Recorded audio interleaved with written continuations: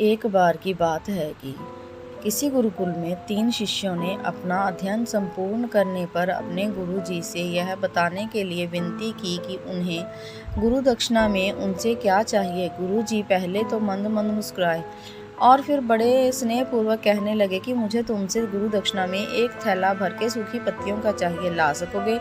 वो तीनों मन ही मन बहुत प्रसन्न हुए, क्योंकि उन्हें लगा कि वे बड़ी आसानी से अपने गुरु जी की इच्छा पूरी कर सकेंगे। सूखी पत्तियां तो जंगल में सर्वत्र बिखरी ही रहती हैं। वे उत्साहपूर्वक एक ही स्वर में बोले, जी गुरु जी, जैसी आपकी आज्ञा। वे तीनों शिष्य चलते चलते एक समीप जंगल में पहुंच चुके थे, लेकिन यह देखकर वहां पर तो कोई सूखी पत्तियां केवल एक मुट्ठी भर ही थी। उनके आश्चर्य का कोई ठिकाना ना रहा। वे सोच में पड़ गए कि आखिर जंगल में से कौन सूखी पत्तियां उठाकर ले गया होगा। इतने में उन्हें दूर से आता हुआ कोई किसान दिखाई दिया। वे उसके पास पहुंचकर उससे विनम्रता पूर्वक जांचना करने लगे कि वह केवल एक थैला भर सूखी पत्तियां दे दे। अब उस किसान ने उनसे क्षमा याचना करते हुए उन्हें बताया कि वह उनकी मदद नहीं कर सकता, क्योंकि उसने सूखी पत्तियों का ईंधन के रूप में पहले ही उपयोग कर लिया था।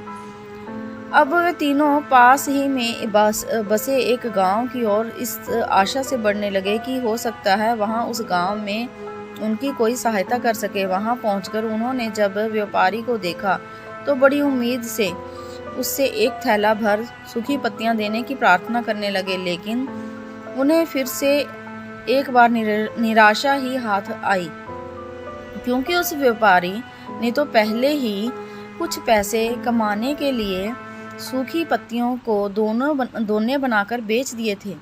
लेकिन उस व्यापारी ने उदारता दिखाते हुए एक बूढ़ी माँ का पता बताया जो सूखी पत्तियां एकत्रित किया करती थी, पर भाग्य ने यहाँ भी उनका साथ नहीं दिया, क्योंकि वह बूढ़ी माँ तो उन पत्तियों को अलग अलग करके कई प्रकार की औषधियाँ बनाया करती थी।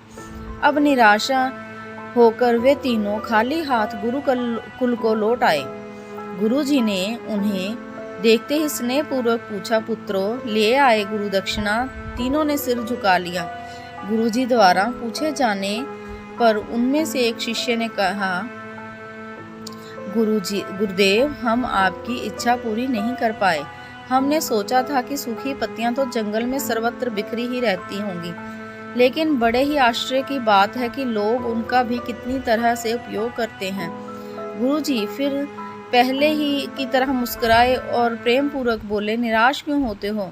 प्रसन्न हो जाओ और यही ज्ञान की सूखी पत्तियां भी व्यर्थ नहीं हुआ करती, बल्कि उनके भी अनेक उपयोग हुआ करते हैं।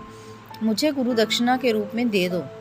तीनों शिष्य गुरु जी को प्रणाम करके खुशी खुशी अपने अपने घर की ओर चले गए।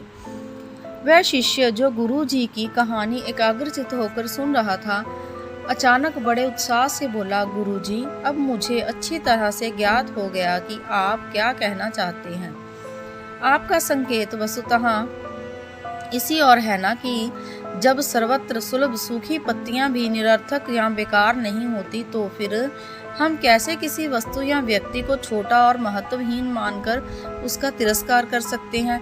चींटी से लेकर हाथी तक और सुई से लेकर तलवार तक सभी का अपना अपना महत्व होता है।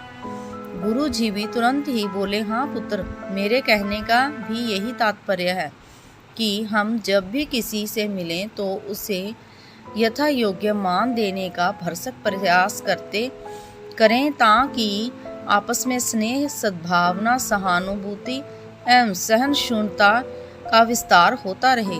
हमारा जीवन संघर्ष की बजाय उत्सव बन सके। दूसरे, यदि जीवन को एक खेल ही माना जाए तो बेहतर यही होगा कि हम निर्विपक्ष, स्वस्थ और शांत प्रतियोगिता में ही भाग लें और अपने निष्पादन तथा निर्माण को ऊंचाई के शिखर पर ले जाने का अथक प्रयास करें। अब शिष्य पूरी तरह से संतुष्ट था। अंततः मैं यही कहना चाहती हूँ कि यदि हम मन, वचन और कर्म, इन तीनों ही स्तरों पर इस कहानी का मूल्यांकन करें तो तो भी यह कहानी खरी उतरेगी। सबके प्रति पूर्वग्रह से मुक्ति मन वाला व्यक्ति अपने वचनों से कभी भी किसी को आहत करने का दुस्साहस नहीं करता और उसकी यही ऊर्जा उसके पुरुषार्थ के मार्ग की समस्त बाधाओं को हर लेती है। वस्तुतः हमारा जीवन का सबसे बड़ा उत्सव पुरुषार्थ ही होता है, ऐसा विद्वानों का मत है। आपको ये कहानी कैसी लगी कृपया कमेंट करके बताएं।